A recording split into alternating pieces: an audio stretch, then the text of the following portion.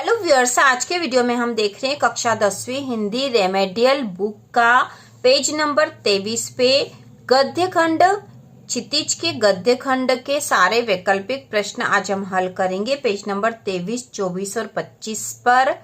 तो शुरू करते हैं। उचित विकल्प के सामने सही का चिन्ह लगाइए, यह प्रश्न है। तो प्रश्न नंबर पहला है, नेताजी का चश्मा पाठ की विधा है।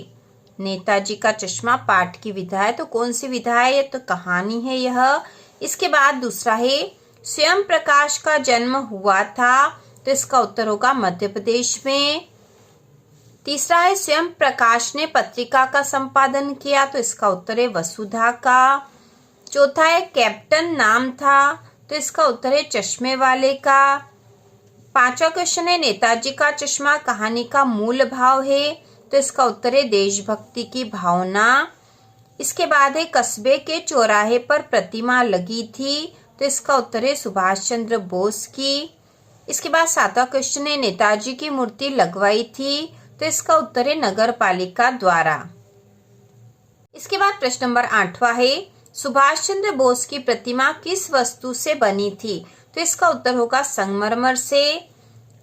अगला है, हालदार साहब कंपनी के काम से कस्बे से गुजरते थे, तो इसका उत्तर है हर 15वें दिन। अगला है, कैप्टन का काम था, तो इसका उत्तर है चश्मे बेचने का। अगला है, कलम का जादूगर कहा जाता है, तो इसका उत्तर है रामवृक्ष बेनीपुरी जी को। 12वां है, बाल गोविंद भगत पाठ की विधा है, तो इसका उत्तर है रेखा चित्र। 13वां क्वेश्चन है, बाल गोविंद भगत थे, तो इसका उत्तर होगा गृहस्थ। 14 नंबर पे है, बाल गोविंद भगत जी पद गाते थे, तो इसका उत्तर है कबीर के। इसके बाद 15 नंबर पे है, बाल गोविंद भगत पाठ प्रहार करता है, तो इसका उत्तर होगा कुरीतियों पर। इसके बाद अगला है, बाल गोविंद भगत गाते समय बजाते थे, तो क्या बजाते थे वो? इसका उत्तर है खंजड़ी। 17 नंबर पे, सच्चे साधु की पहचान होती है, तो इसका उत्तर है उसके विचारों से। इसके बाद 18 नंबर पे, भगत जी अपने खेतों में रोपनी करते थे, तो इसका उत्तर होगा धान की। ठीक है, धान की रोपनी करते थे। इसके बाद प्रश्न नंबर 19 से, कितने वर्ष की आयु में बेनीपुरी जी की रचनाएं पत्र पत्रिकाओं में छपने लगी? कितने वर्ष की आयु में बेनीपुरी जी की रचनाएं पत्र पत्रिकाओं में छपने लगी? तो इसका उत्तर है 15 वर्ष की आयु में। इसके बाद 20वां है, झूठा सच उपन्यास के लेखक हैं, तो इसका उत्तर होगा यशपाल। यशपाल जो है झूठा सच उपन्यास के लेखक है। इसके बाद 21वां है, लखनवी अंदाज पाठ की विधा है, तो इसका उत्तर होगा व्यंग। लखनवी अंदाज पाठ कौन सी विधा में? व्यंग विधा में। इसके बाद है, नवाबों के शौक के लिए प्रसिद्ध हैं, तो नवाबों के शौक के लिए प्रसिद्ध है लखनऊ। अगला है, लेखक नवाब साहब की ओर देख रहे थे, तो इसका उत्तर है कनखियों से। अगला है, लखनवी अंदाज पाठ की लेखन शैली है, तो इसका उत्तर है व्यंग्यात्मक शैली है। इसके बाद 25 नंबर पे जो क्वेश्चन है वह है, मध्य प्रदेश के मंदसौर जिले में जन्म हुआ था, तो इसका उत्तर होगा मन्नू भंडारी का। ठीक है, मन्नू भंडारी का जन्म मध्य प्रदेश के मंदसौर जिले के भानपुरा गांव में हुआ था। अगला क्वेश्चन है, आपका बंटी उपन्यास लिखा है, तो इसका उत्तर है मन्नू भंडारी ने। मन्नू भंडारी का प्रसिद्ध उपन्यास है आपका बंटी। इसके बाद 27 नंबर पे है, आत्मकथा विधा में लिखा गया पाठ है, तो इसका उत्तर है एक कहानी यह भी। एक कहानी यह भी मन्नू भंडारी का लेखिका है इसकी, और उनकी आत्मकथ्य शैली में लिखा उन्होंने यह। इसके बाद 28 नंबर पे है, मन्नू भंडारी के किस व्यवहार से तंग आकर प्रिंसिपल ने उनके पिता को बुलाया, तो इसका उत्तर है आंदोलनकारी। इसके बाद 29 नंबर पे जो क्वेश्चन है वह है, जैनेन्द्र का कौन सा उपन्यास मन्नू भंडारी को पसंद था, तो इसका उत्तर है सुनीता। इसके बाद 30 नंबर पे जो प्रश्न है वह है, उस्ताद बिस्मिल्लाह खां प्रसिद्ध थे, तो इसका उत्तर है शहनाई वादन के लिए। अगला है, बिस्मिल्लाह खां का दूसरा नाम था, तो इसका उत्तर है अमीरुद्दीन। अमीरुद्दीन जो बिस्मिल्लाह खां का ही नाम था। इसके बाद अगला है भदंत आनंद कौशल्यायन विशेष प्रभावित थे। तो इसका उत्तर है गांधी जी से, गांधी जी से। अगला है संस्कृति पाठ में न्यूटन को कहा गया है। तो इसका उत्तर होगा संस्कृत मानव। ठीक है, संस्कृति पाठ में न्यूटन को संस्कृत मानव कहा गया है, क्योंकि एक संस्कृत मानव वह होता है जो किसी नए तथ्य या विचार की खोज करता है। अगला है गद्य की विधा नहीं है। तो इसका उत्तर होगा गद्य की विधा नहीं, महाकाव्य, क्योंकि ये काव्य है। गद्य की विधा है कहानी, एकांकी और नाटक है। अगला है उपन्यास सम्राट है।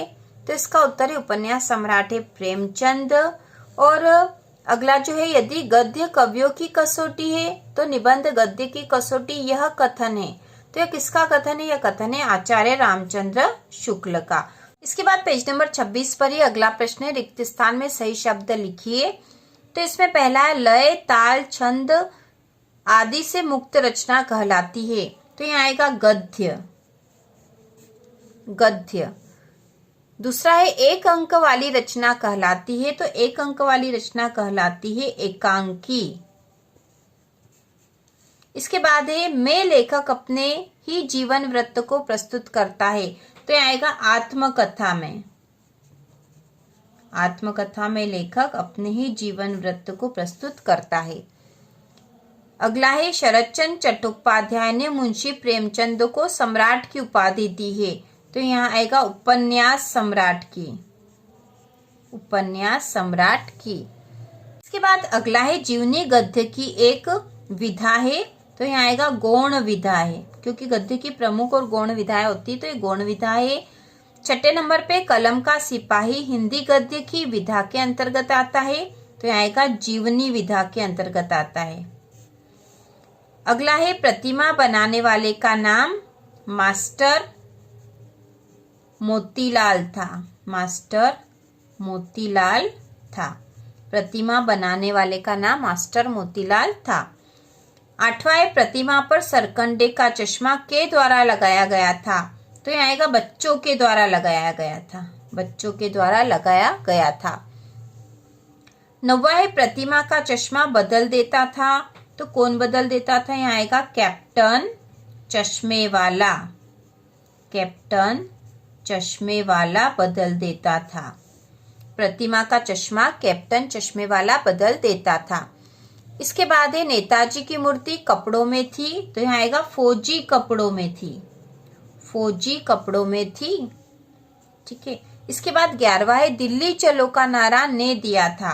तो यहाँ हम लिखेंगे सुभाष चंद्र बोस ने, सुभाष चंद्र बोस ने दिया था।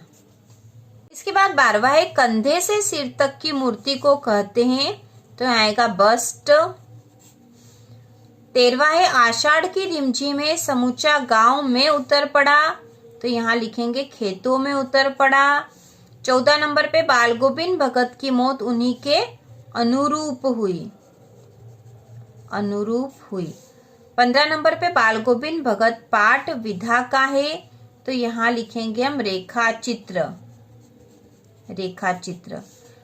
अगला है बाल गोविंद भगत की सब चीज साहब की थी, क्योंकि वो साहब कबीर को मानते थे, साहब की थी आएगा। 17 नंबर पे कबीर के पद उनके कंठ से निकलकर सजीव हो उठते थे, सजीव। 18 नंबर पे है तेरी गठरी में लागा चोर मुसाफिर जाग जरा।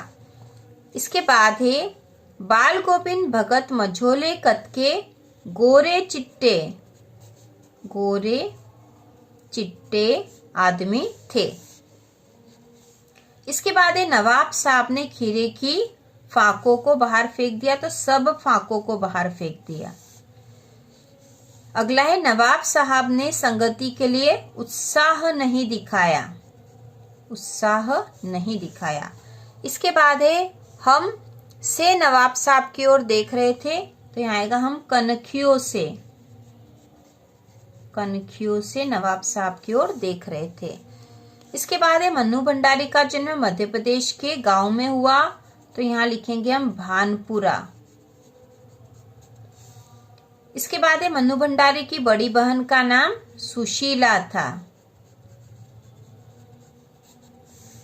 25 नंबर पे शीला अग्रवाल हिंदी की प्राध्यापिका थी। इसके बाद 26 नंबर पे पिताजी के चेहरे का संतोष धीरे धीरे गर्व में बदलता जा रहा था। बिस्मिल्लाह खां का जन्म बिहार के गांव में हुआ, तो यहां लिखेंगे हम डुमराव। इसके बाद है पंचगंगा घाट काशी में स्थित है। अगला है बिस्मिल्लाह खां काशी विश्वनाथ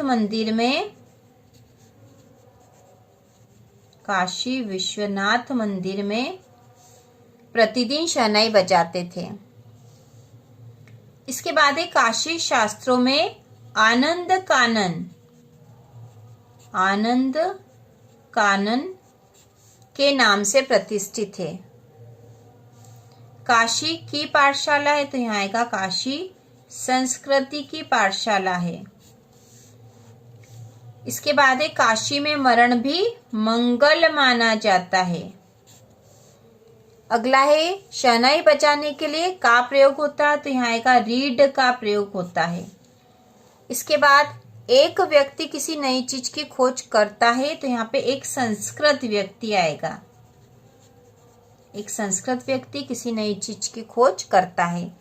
इसके बाद है गुरुत्वाकर्षण का आविष्कार ने किया था, तो गुरुत्वाकर्षण का आविष्कार न्यूटन ने किया था। इसके बाद 36 नंबर पे मानव संस्कृति एक अविभाज्य वस्तु है। तो इस प्रकार से हमने रिक्त स्थान और वैकल्पिक प्रश्न कर लिए हैं। अगले वीडियो में हम सत्य असत्य और 1 नंबर वाले प्रश्न भी तैयार करेंगे। तो इसी प्रकार के और वीडियो देखने के लिए कक्षा 10वीं की वार्षिक परीक्षा की संपूर्ण तैयारी के लिए चैनल को सब्सक्राइब कीजिए।